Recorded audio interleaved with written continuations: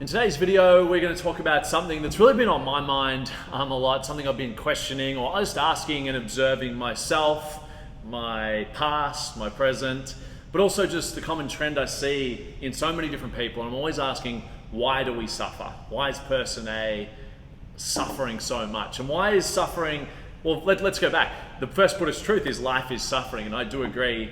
We live in a two-sided universe where there is things that will make us upset. Everyone we know, you're going to die. Everyone you know is going to die. There's going to be some hurt in that. The level and the prolonged time of that will be really determined by your philosophy or the way you see the world. But really, I've been observing all my own suffering, why I rob myself of joy or flow, and why others that have so much talent, quite often so many people with so much talent, so many skills, so much to look forward to and appreciate, that really just suffer chronically. And that suffering becomes part of who we are, becomes programmed, and we see the world in a certain way that forms our language, forms our identity, and we end up really getting locked in it. So when observing myself, one of the questions in a recent journey that I went on was asking, what constructs do I buy into? Which do we create? Now, there are constructs that we create in our own head. There are constructs that are formed from family, friends, our environment. There's large and small, internal. There's, I live in Australia. There is constructs that are affected by law. So there is real constructs to a degree. How much we buy into them and have to live in them is up to us generally. But I asked myself, what constructs do I live in that I put in to myself? And one of the things I observed was, to be successful, you've just got to go and hustle and run and work so hard, and we're running out of time, and you need to try and go. And in this journey, shamanic journey I went on, I was like, how's that going for you? And I'm like, terrible. Like my life is just chaos. I'm always exhausted. I always feel at the edge of just being defeated. And they said, well, do you want to keep doing that? And the simple answer is obviously, well, no. Well, let's write that out. So I want you to observe the self. What constructs do you buy into? Do you create? I had a client come to me this week, and I could see how much this girl suffered. Just super tense, down, hurt, closed off. And I was like, why are you so tense? Like, why are you're down, you're hard to break through to sometimes. What's up? Why? And I said, why are you suffering? And she's like, well, I really just don't feel like I'm enough.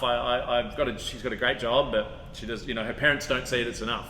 So anyway, trying to live up to her father's expectations and get appreciation off her father. And I was like, well, you're living under your dad's construct right now because you choose to. It's not your dad's fault. It's your fault to buy into it. And the more you buy into it, and the more you fight it, the more you're going to suffer. We resist. We need to let go. So I said, is your dad is he God? Does he get to choose? His opinion is if you're worthy of love or not? She's like, no. I'm like, okay, well, maybe we start living under his construct then. And I said, do you even think he's a good judge of what's successful in his eyes and what's not? And again, the answer was no. So now I'm seeing the insanity in it, and she sort of was as well. I'm literally living my life under the construct and strain and pressure and fighting so hard for my father's approval, who I don't think has a good judgment on what is right or wrong, or what is successful, what deserves love. So that's just another mini example. And we all live in these constructs, most of them self-created. We buy into these stories, and then we put other people on our constructs. They shouldn't do this, they shouldn't do that. And I'm like, well, why not? Why shouldn't they do that? Oh, it's wrong. Who says? You? Are you God? Where do you get to make the rules, And when we start to change our lens, and if we see someone doing that challenges us, normally it's a reflection of what we haven't healed, but we start to ask, why are they doing that? What led them? And then when we start being a bit more curious, we reverse engineer their life a little bit, we see why that person has this drive or this perceived flaw. So the way I see most people's lives is we create these constructs that are imaginary in a sense, or even a society construct would be that you need to have a house, be married with several kids by 30, and be an accountant or a lawyer. Okay, that's probably a general construct of the average Australian and probably American and most of the world on what success looks like. However, I know, especially in the world of spirituality and flow and whatnot, I know a lot of people that if you put them down that path, they would be the most miserable people on the planet because it's not their nature, it's not the way, it's not their path. And they've been bought into this construct, and this is why you see a lot of people miserable. They don't get to express themselves, they're not living their true nature, and they're having to, they feel chained, like they've got a little glass roof over them because they're in this construct that they've decided to be in. So another thing I've been teaching people is you don't need to prove and live by someone's construct. If someone's like, oh, you know, they believe you shouldn't be doing that, you can just smile and be like, okay, yeah, well, I appreciate your view, and there's no fighting on it, there's no argument. They're going to be like, well, aren't you going to defend it? You don't need to defend everything you do to everyone and everything. You know, most of the people we're affected by what other people think they don't really care about us. They won't even be in our lives in 2 years' time. So we carry an 80-year span of this construct on person A in your friendship group that you are changing, it's crazy, the course of your life to please this person who really doesn't care what you do. Like, that's the insanity of what we do. And even my insanity is I just live with this belief that you got to just work hard and we're running out of time and you got to do more. This is not the way. The other thing we really do to disempower ourselves from any joy and why we suffer is, it's a bit cliche, we never live in the now, okay? I kind of in spirituality got sick to death of hearing live in the now. It's kind of like roll your eyes. Okay, here's the cliche-a-thon. Be appreciative, live in the now.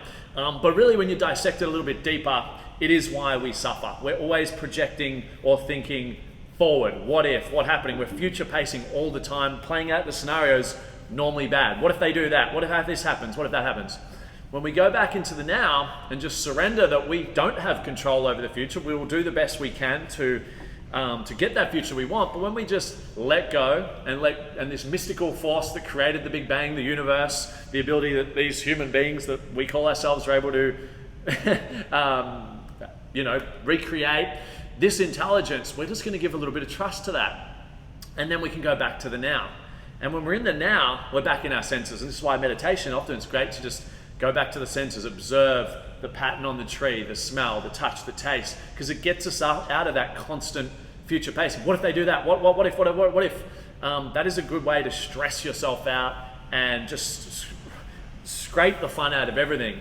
And then often we will look at the past and sit in judgment, negativity, resentment on the past. So we live in this world where we're living in all these constructs, which is all external.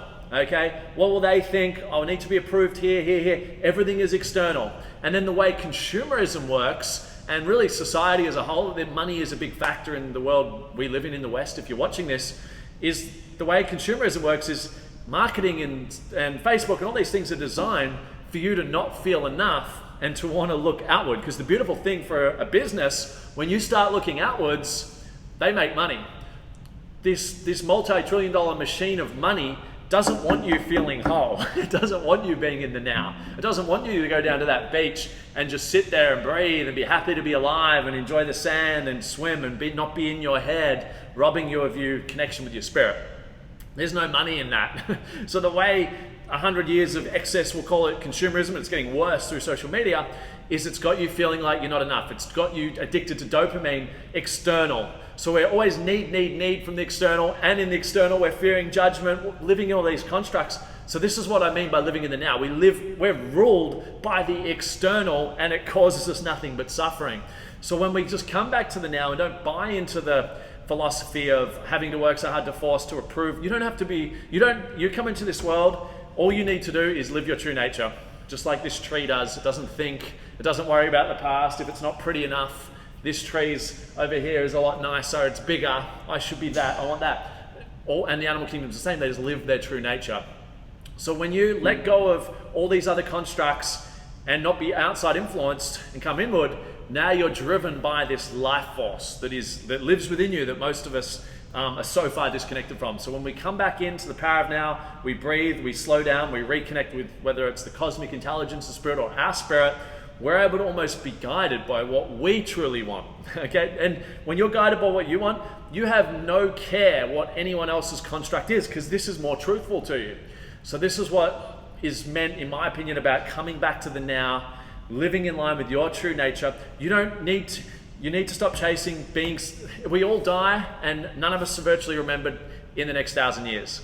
So with that in mind, we can just please, to a degree, ourselves or follow our own spirit. Now, the best thing about following your own spirit is it will serve the world. When you connect with your spirit, it will be that. It's our natural instinct. It's our natural being. Our natural being is not to greed, consume, to take from people. It's to give, it's to serve, it's to help, it's to love, it's to connect. So when we go back into this, into the now, where this construct of commercialization doesn't want you in because you're not spending money, it wants you going out, and we can just let go of the need. Now again, we don't take all these things too far. I'm not saying you shouldn't have anything nice, and there is certain constructs that we are going to live within reason. It's that yin and yang balance. It's the awareness of both and being able to navigate between the two unaffected. But most of us are so unaware that we're just stuck in the construct. It's like life or death. And it's no surprise to me that most people are depressed. To be honest, how most people live their lives, I'm surprised 98% of people aren't depressed. I'm surprised it's only 50. So I'm not shocked when I see we've got 50% of people with mental health or whatever. I'm actually like, wow, that's resilient of the body, because the way people live, it should be more, because we're so external. So what I'm saying here is release the suffering, release living in the constructs, just be. You don't need to be anything for anyone else. It's about you and your true spirit and just connecting with that. And somewhat there's a selfishness in that. You're selfishly following your own path, knowing that that path will serve others. And it's kind of like in a plane, they put the oxygen mask on first to help the kids, because if you're not breathing, no one can help anyone. So that's kind of the philosophy there. So sometimes we need to be more selfish, let go of other people's constructs, let go of the need to please or get approval from anyone or anything other than your true nature, your spirit. That is your connection to God, the self, the higher self. That's the only person you need approval from, and that's what you do want to live. And not everyone needs to be an entrepreneur or 150K or 500K a year earner. There is absolutely nothing wrong with just working a normal job, enjoying life, living your nature, experiencing the senses, if that's your true nature. That's not my true nature. My true nature, if I'm in silence, it's after a minute or two, go, create, read, learn. So that's my natural, that's my nature. Okay, that's not coming from I need more stuff, I need another Ferrari so I can get a girlfriend, or some daddy loves me. That's starting to disconnect. And we go through phases. Wayne Dyer would call it, we go through the warrior phase, where it's all about conquering, achievement. Look at me, I conquered, I made, I'm better. Me, I'm better than everyone.